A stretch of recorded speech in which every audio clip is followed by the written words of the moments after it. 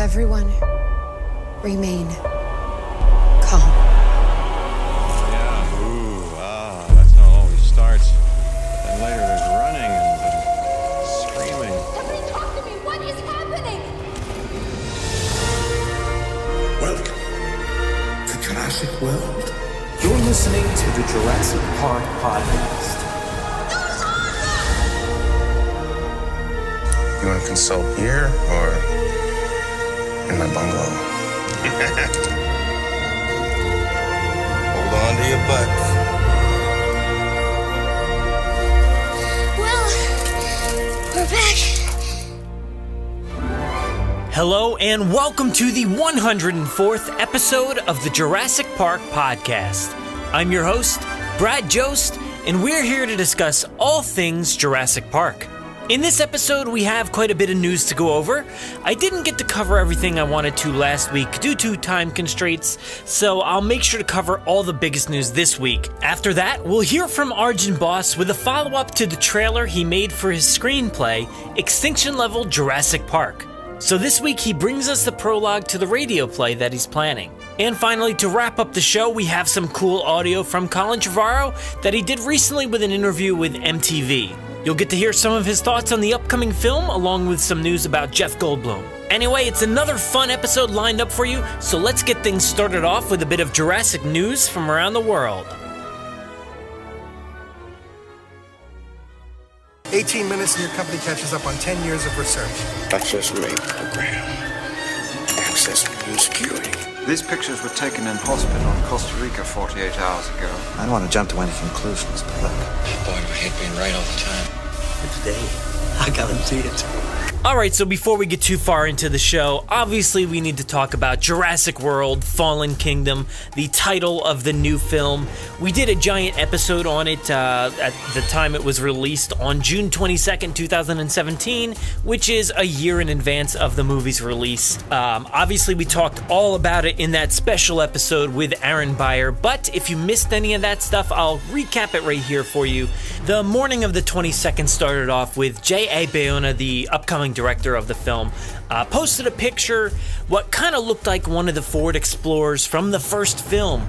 Now at this point it would be kind of old and decrepit looking, especially if it was one of the ones that was left outside, you know, much like the visitor center looked in Jurassic World, kind of overgrown and dirty and all that stuff. So maybe it was one of those, or especially the one that fell off the ravine into the tree, the one that had Timmy in it. So we'll see about that. Nothing too much on that, but the big reveal was the brand new poster featuring the title Jurassic World Fallen Kingdom, along with some sparks flying around, some ash in the air, and some smoke in the background too. So it's kind of foreboding, kind of scary looking. We don't know exactly what it means, but there's a lot to infer from it. So definitely listen to that special episode that I did with Aaron Beyer, where we kind of went into full detail as to what to expect from those clues in that poster. Also, we posted an article on JurassicParkPodcast.com, kind of going more in depth into each of those things that I just talked about. It's a fun write-up, and it also features the podcast itself, so go ahead, take a look at that on our website. But man, I am excited about this title. Jurassic World, Fallen Kingdom. It's so exciting to actually have something to say instead of Jurassic World 2 or JW2 or anything like that. There's no more arguments about Jurassic Park 5, Jurassic World 2. It's Fallen Kingdom. We have that at least. I'm not too sure if I like it better with the or without the, but either way, I think it's a cool title. I think there's a lot to infer from it, and so many possibilities about what it could mean. And I am just dying to find out. So we'll have to wait a year before we can find out for sure. Maybe we'll learn some more about trailers. Also, speaking of trailers, there has been a lot of rumors about a trailer popping up at Comic-Con. I think it came from the Chronicle Collectibles live Facebook thing that they talked about. Some of their upcoming projects, and I think they hinted at a trailer for Comic-Con, but I wouldn't go on that, especially based off of Universal's past performance. They've never been much of a presence at Comic-Con, so I think initially off the bat I was like, I don't know if that's going to be true, but who knows, maybe they're turning over a new leaf. But then until Chris from the Outpost said that I guess he got into contact with some people, and at Universal, and they said no, that there's probably not going to be anything shown there, so don't get too overhyped. It doesn't look like we're getting anything just yet. But I'm sure you've all seen the poster and you've seen all the pictures so far, so if you have any thoughts on it, definitely send us an MP3. You can email it to JurassicParkPod@gmail.com. You can call our voicemail line 732-825-7763. Let us know what you think about that poster, and we definitely featured a lot of your thoughts via Twitter and Instagram on our special episode, but if you have more thoughts, send them in to us.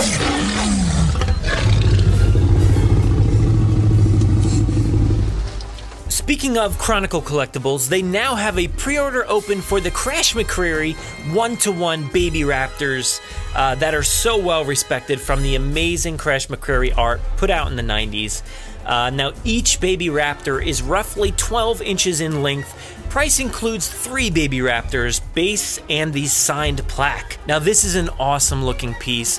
I, for one, have been a huge fan of that original artwork from Crash, featuring those 3 baby raptors kind of rolling around, playing, fighting, basically just hatched and trying to figure out what life is. It's an awesome piece of art that's now brought to life via this sculpture, and I don't think you're going to want to miss this one. And it's actually a pretty decent price here. Pre-ordering, actually, it just started here the other day. Pricing is at $550 if you do it in the first 30 days. After that, it looks like it's $650 at the regular retail price. Now, each piece will be individually numbered and comes hand-signed by Crash McCreary. The plaque stand is a separate piece that can be displayed on the base with the baby raptors. In total, it looks like it's 18 inches long, 9 inches tall, and 12 inches deep. Each baby raptor, like I said, is roughly 12 inches long. Now, you can do the full payments, 3 months, 6 months, or 10-month payment plans. This is a great deal, people. This is one of the coolest looking pieces they've put out so far. So definitely check out more information via the link in our show notes. So it looks like Secret Cinema may be possibly hinting at a Jurassic Park experience coming soon. Now, if you don't know much about Secret Cinema, they're a company that kind of goes all out in presenting films that you love in the most immersive way possible. Now, they've produced events centered around Back to the Future, Empire Strikes Back, Ghostbusters, and so many more films, bringing in entertainment, actors, and more to bring these worlds to life. They basically literally allow you to live inside a movie. So they recently sent out a GIF of the water shaking in the cup from, of course, the Rex breakout scene, along with the comment, "Life finds a way." So is this a hint from them that something Jurassic Park is coming? Or is it just a typical Impact Tremor GIF saying that something else is on the way? Well, let's hope it's about Jurassic Park, and hopefully it's somewhere cool. That film would make for a really, really immersive event, with everybody dressed in costume, bringing out their Jurassic Park vehicles, and maybe even a few pet dinosaurs along with them. We'll make sure to give you more news as soon as we hear anything, but in the meantime, head to our show notes for a link to their post.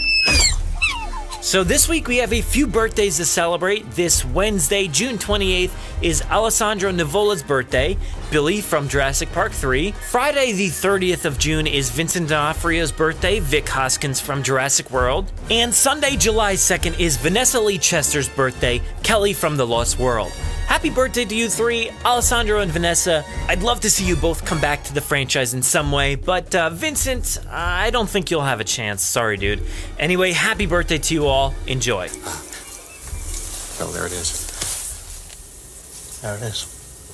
Don't miss J Jurassic at the Garden State Comic Fest at the Menon Arena in Morristown, New Jersey on July 8th and 9th. He'll have a table showcasing his talents with art prints, on-the-spot dino sketches, and other dino-related items for purchase. He'll also be down there promoting the podcast, so make sure to stop in and let him know you listen. Of course, there will be a few fun celebrity guests such as Walt Simonson, a Jurassic Park comic author, John Wesley Shipp of The Flash fame, and Dean Cain from Lois and Clark.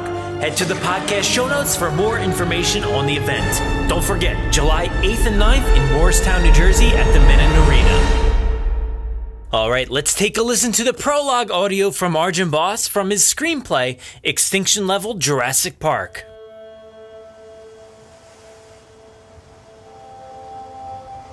Prologue. International Genetics Incorporated, better known simply as InGen, had mastered the talent of secret keeping. Early 1980s, CEO John Hammond started to work out the idea to clone dinosaurs with DNA extracted from mosquitoes found in fossilized tree sap, or amber. His idea, especially his team's success in cloning, would be kept a well-hidden secret for almost 2 decades.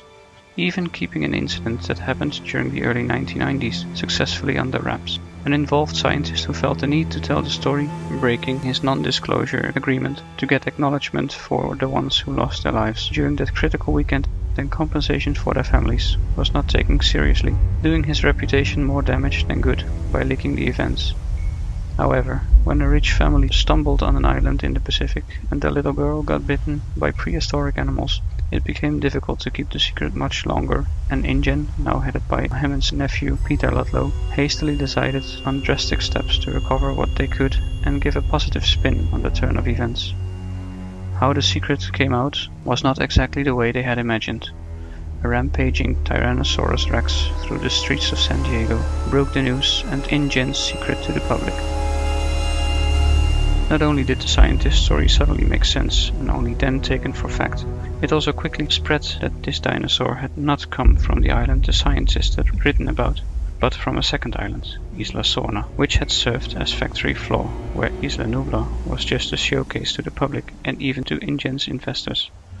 News spread that the islands were quarantined and kept safe, patrolled by a combined effort of InGen together with the Costa Rican and United States government, with high penalties for those who entered the contained area. With InGen's secret no longer secret, and the wonder it inspired, the company's prospects strangely blossomed. Although nobody knew what to do with the dinosaurs.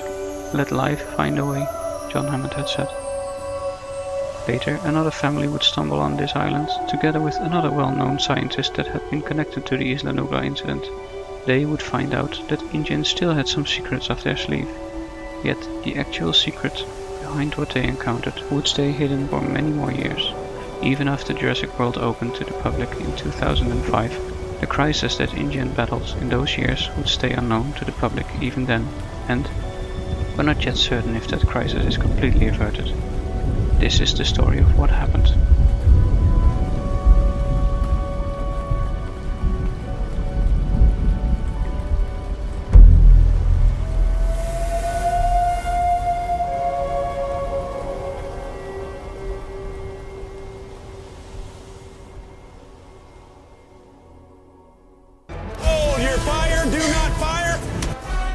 Creates man.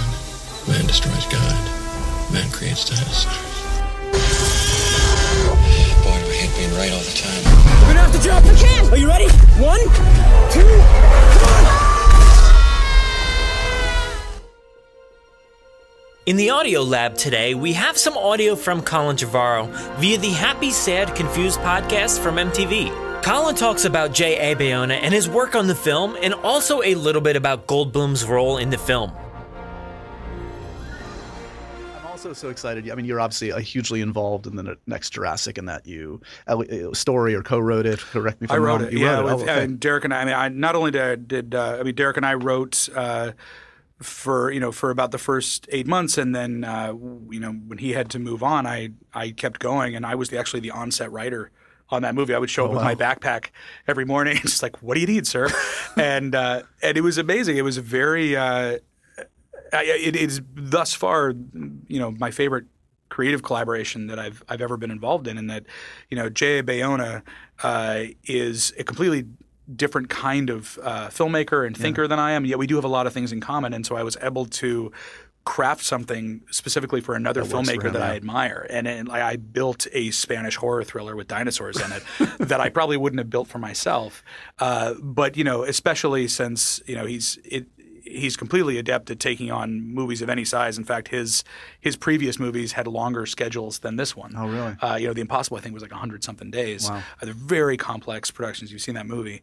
So it was really more about, somebody who, his English is great, but it's a second language. And so being able to get into the nuances of how, people talk is something that everybody was, very collaborative on, and Belén Atencio, his producer, was great too. But I got to tell you, man, I think that's going to be a better movie. I'm just going to say it. I really do. Is it more in a horrific kind of scary bent? Is that one of the objectives? It's just deeper. It's more character based, and it's definitely leans into suspense, especially in the second half. It does have the big action in the middle, and there's a sequence in the middle that I've been watching. I mean, I watch dailies every day, but I've started to see stuff come together, and it's just insane. And I feel like I apologize to those who thought they were never going to need to see another Jurassic World movie, because I think J.A. Bayona is going to prove you wrong. Just my opinion. I'm a huge fan of his work. Monster Calls was truly my favorite film of last year. So when I heard that you guys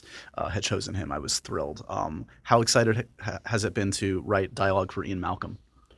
I did rely on Crichton for a lot of it. I used a lot of Crichton dialogue, but maybe one of my highlights of this whole process is that Jeff Goldblum called me, and I'm not going to do an impression, but he was like, "Look, I've added a couple things, just some. I thought I'd perform it for you." I'm like, oh, great, okay. And so we sat on the phone for an hour as he ran these lines, and we talked about it. And I mean, it was almost better than being there on set. Like it was great. And then I'm actually not going to be there. I'm not going to be there the day that they do the next thing they're going to do that we were working on, but. That's part of the whole realization I've had from day one, is that I show up and I realize, they actually don't need me here. And I just slowly back out of the room, and they got this. Thematically, is there anything that you can kind of tease in terms of, I mean, that's you did a number of things so well, I thought, with Jurassic World in terms of tonally, it was a hard kind of thing to hit, where like the original Jurassic, I think you kind of similarly kind of hit that kind of like wonder versus terror, that kind of like balance, and also kind of like throwing in this kind of very interesting take on consumerism run rampant and commercialism run rampant. I would expect that this isn't going to be just a thrill ride, although that's good too. Is there something deeper that you're trying to get at in this next one that you want to hint at? Yeah, absolutely. I mean, it's definitely about our greed and what the depths of depravity that humans will sink in order to satisfy their need for profit. And we're certainly continuing with a lot of those themes, but in different ways. But there's, without spoiling anything, there's definitely new themes that have never been examined in a Jurassic movie before that we've gotten into that I really think will expand people's idea of what these movies can be. Mm-hmm. That it's not just people running away from each other on an island, or from dinosaurs on an island. Because I think that's sort of required. I'm just not sure. It's not a forever franchise. Right. It's in a lot of ways like, you could argue there should have just been Jurassic Park and that's the end of it. Sure. And so to be able to justify going beyond what we did, which we kind of kitchen sinked it in a lot of ways, as far as like, action you can have, on an island with dinosaurs. And hopefully we'll prove what I just said wrong for part of the movie, and then we're going elsewhere. Okay. So it's some locales we haven't seen in the past ones. Safe to say. Safe to say. Okay. So bring it full circle back to Let's give it up to MTV for that great interview with Colin. I think it's hilarious to hear him talk about this movie, Fallen Kingdom, being better than his own, but I think it definitely speaks volumes about what they think about Bayona and what he can do. I also like that he does mention that a big action sequence is in the middle of the film, so I think that may slightly confirm what we've been hearing about the structure leaning towards the Jurassic Park style, with the big action piece in the middle of the film. Also, of course, it's great to hear that Colin is using a lot of Crichton's dialogue for Goldblum's dialogue in Fallen Kingdom, and for the fact that Goldblum is running lines via the phone, changing stuff as it goes along. It's so awesome. Anyway, the interview is much longer than that, featuring some great information on his new film, The Book of Henry, Jurassic World, Fallen Kingdom, and more, so definitely go check out the audio as it's linked in our show notes. Make sure to visit JurassicParkPodcast.com to find all our past episodes, brand new news articles, information on how to contact us, and much more. It's a great source for everything related to the podcast, and of course, Jurassic Park and Jurassic World. Head to JurassicParkPodcast.com and help us build a great community. Anybody hear that?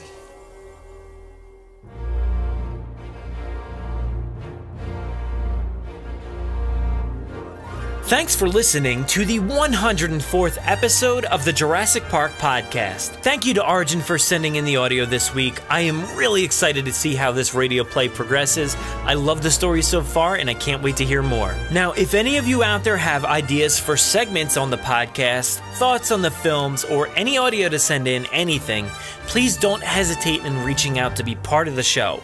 Now, this show is all about the fandom of Jurassic Park, so everybody, and I do mean everyone, is welcome to be a part of it. If you want to interact with us, we do most of our work over on Twitter at Jurassic Park Pod. We're also on Facebook at facebook.com/Jurassic Park Podcast, and our Instagram handle is at Jurassic Park Podcast. You can listen to us via iTunes, Google Play, Podomatic, YouTube, our website, or wherever else podcasts are found. So make sure to subscribe to automatically get new episodes every week. If you haven't already, please give us a 5-star review in iTunes or a great review wherever you listen to the podcast. It will seriously help out our rankings and make it easier for fans like you to find us. We're usually spotted commenting on the Jurassic Park subreddit as Jurassic Park Podcast. Don't forget to check out JurassicParkPodcast.com for all the links you heard here today. If you want to get a hold of us, you can email us with any news stories, MP3s, comments, or like I said before, if you want to debut a segment of your own, send them to JurassicParkPod@gmail.com. Or you can submit questions directly on our website contact form. If you'd like to record something for the show, send it in to us and we'll feature it in an upcoming episode. If you don't have any way to record, you can give our voicemail line a call and leave us a message. That number is 732-825-7763. Thanks for listening and enjoy.